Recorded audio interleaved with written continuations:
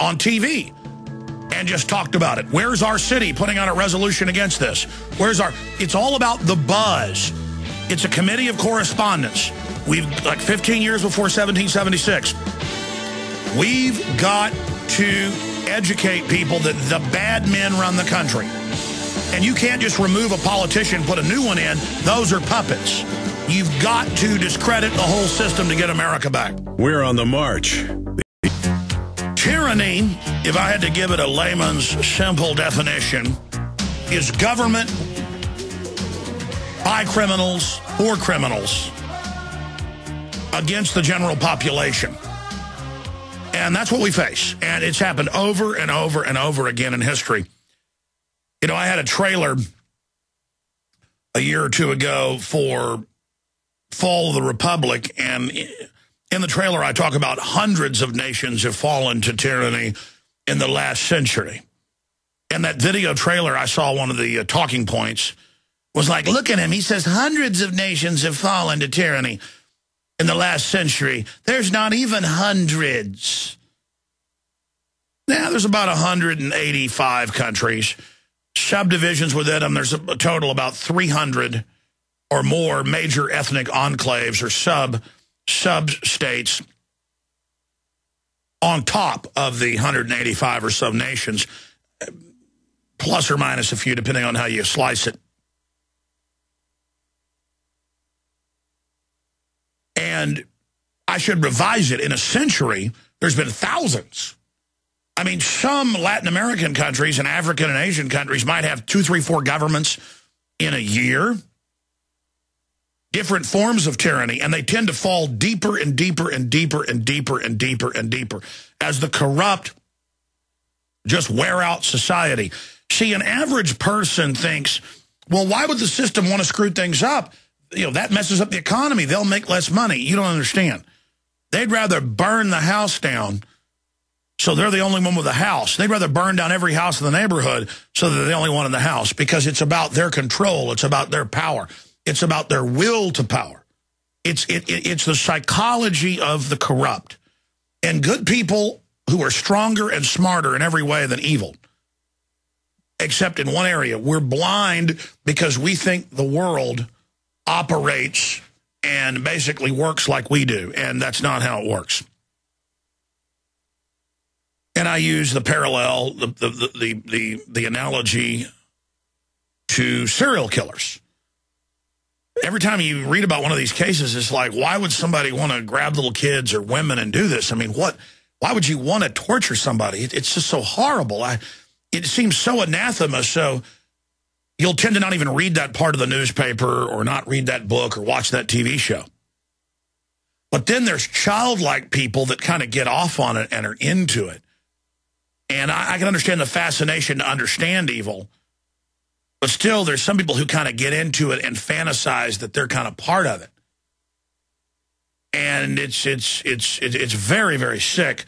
And if you look at our society, we're being trained that preemptive war, secret arrest, torture people's kids. I remember a caller, probably like 98, 99, called and said, I was just at a 7-Eleven and bought, I think it was Weapons and Technology of Law Enforcement magazine. I'm going from memory. And you ought to see it. It talks about torturing people's kids in front of them to stop an anthrax attack and how it's good. So I literally ran out to 7-Eleven, went in, there it was. And this person was calling from another city. And sure enough, opened it up, and it was a law enforcement, former military trainer, counterterrorism about, well, they're going to release anthrax bombs, and it's going to kill thousands if you don't. And you got the person's kid. Do you torture them? And then I saw several other articles like that over the years. I'm probably giving you a composite from memory. It's all. The point is I saw another, or was it Weapons and Tactics of Law Enforcement? Because there was another one, the Law Enforcement Technology was another one that I'm remembering had the thing about, if you see somebody with a get out of the UN sticker on the back of their car, why, go ahead and take them to jail, and chiefs don't get mad at them because they're probably just already an extremist. And again, that sounds crazy when you hear it, but it's about pushing the envelope, pushing the Overton window having the TSA stick their hands down your pants. It's supposed to be extreme. And I know if you're police out there and read those, you've read all that kind of stuff. I know new listeners, in fact, I shouldn't even probably go from memory because it's all foggy. And I tend to, when stuff gets foggy, splice and mix, and it's one magazine said it when the other didn't. By the way, I know there are people out there that collect all that stuff. I've lost more magazines than most people will ever have. They get sent to me. But if you're out there and collect all those, highlight those, mail them to us, and I'll do a whole report. And not just those issues, but all the issues that cover this and go over this. Okay, I said I'm going to get into more of the news now. I've already mentioned a lot of it, but let me get into quite a bit of it now. And if we have time, I'll get to the other callers that are holding. Before I get into this incredible Iran crisis and the corporate media globally, the establishment mouthpieces, slowly but surely trying to sell the public on the same lies that took us to war with Iraq. They've now shut that down and are ready to go to the next phase. I want to play a clip from a couple years ago on C-SPAN. This is the former head of NATO, former commanding general of NATO, Wesley Clark, on C-SPAN talking about being in a meeting with some folks who showed him some classified information concerning 7 countries the West planned to strike. And this is a long time ago. Now, the thing is, Clark doesn't know, because obviously he hasn't researched it, and the world's so full of information, I mean, none of us can know everything, obviously, that there was an Israeli plan in 1982 to do this, that then got picked up in the early 1990s by the Pentagon as a plan, and this is the plan today. And so here's Clark telling you about the plan. But it's been in major newspapers what Clark's talking about, this basic plan, this domino. Now, the West knew that when they raised commodity prices on corn and things like that and wheat, that it was going to make these countries where half the public is on subsistence level, $2 a day or less, more than half their food is spent on, more than half their money is spent on food. So when you cut their food off, it's going to cause problems.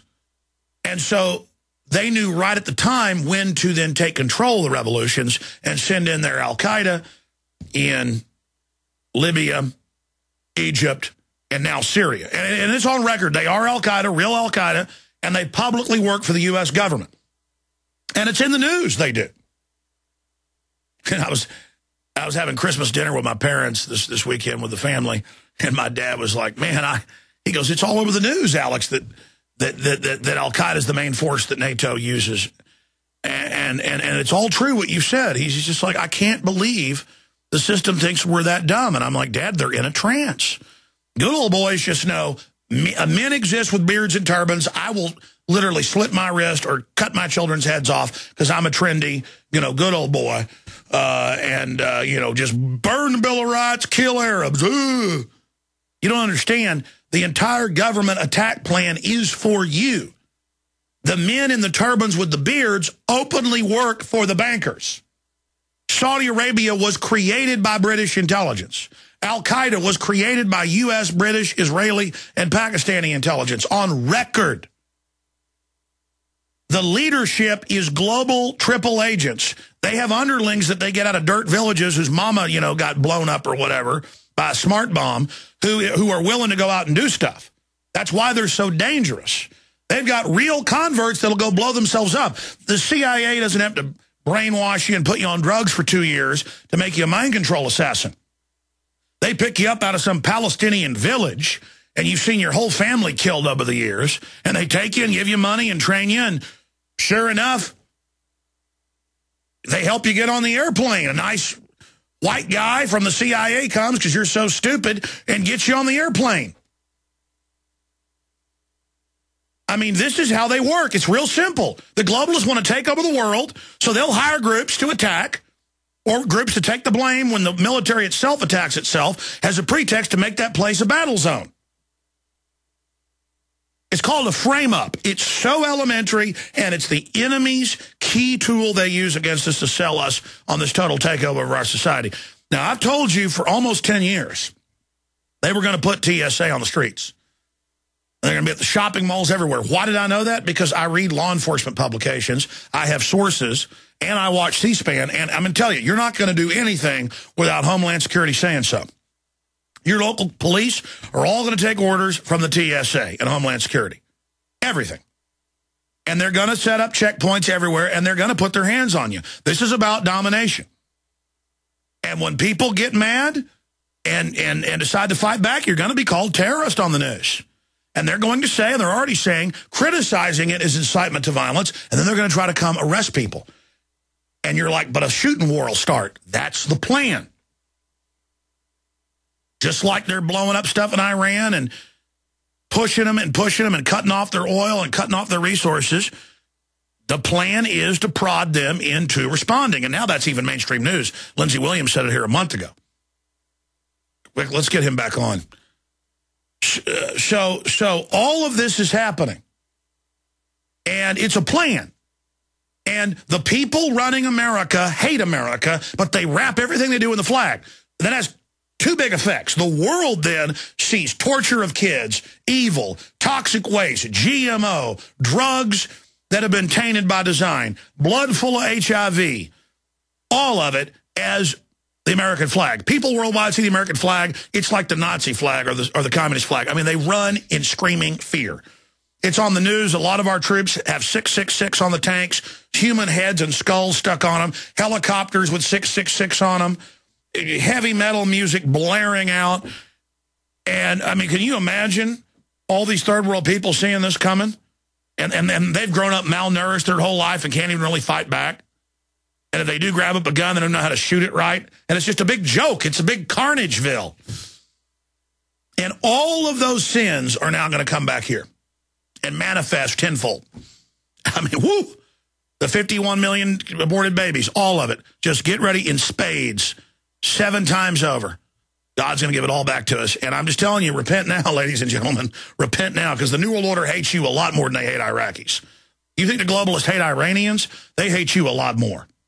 And it's the sickest joke that they've staged terror attacks to get well-meaning good old boys to decry the Bill of Rights and Constitution, and then we get the manuals from good police that give them to us and good feds that give them to us. And the whole thing is about the American people. It is a domestic takeover right out of Red Dawn. It is and it's not just to loot us. They want to arrest. They want to torture. They want to run a red terror in this country. A total re-education purge. And military and police, if this does get triggered, I would guess are going to die by the hundreds of thousands, conservatively. The citizens are going to die by the millions. And I'm not kidding when I tell you that. Okay, this is not going to be pretty. This is going to be absolute war, guerrilla warfare in all directions, and the globalists are going to sit back and watch it wreck America and come in 5 years later and reorganize everything and buy everything up for pennies on the dollar. It's in the IMF World Bank plans to implode countries like this, to have civil unrest. We do not want it. We do not need it. We need the military and police to stand down, and we need the public to stop shooting their mouths off about violence all day. The globalists are sitting in Europe and on private islands and on giant yachts. They brag they've got yachts so they can stay offshore for a year if they need to. Okay, you know, you're not going to hurt the New World Order killing a cop or some military people. You know, you want to shoot your mouth off about killing people? How about you go talk to them? How about you go educate them? And that means slap them upside the head with your voice. If they're laughing at you, say, listen, I warned you. It doesn't mean be polite to them if they laugh at you. But a lot of them aren't going to laugh at you. You've got a responsibility long before we talk about violence to try to talk to these people now.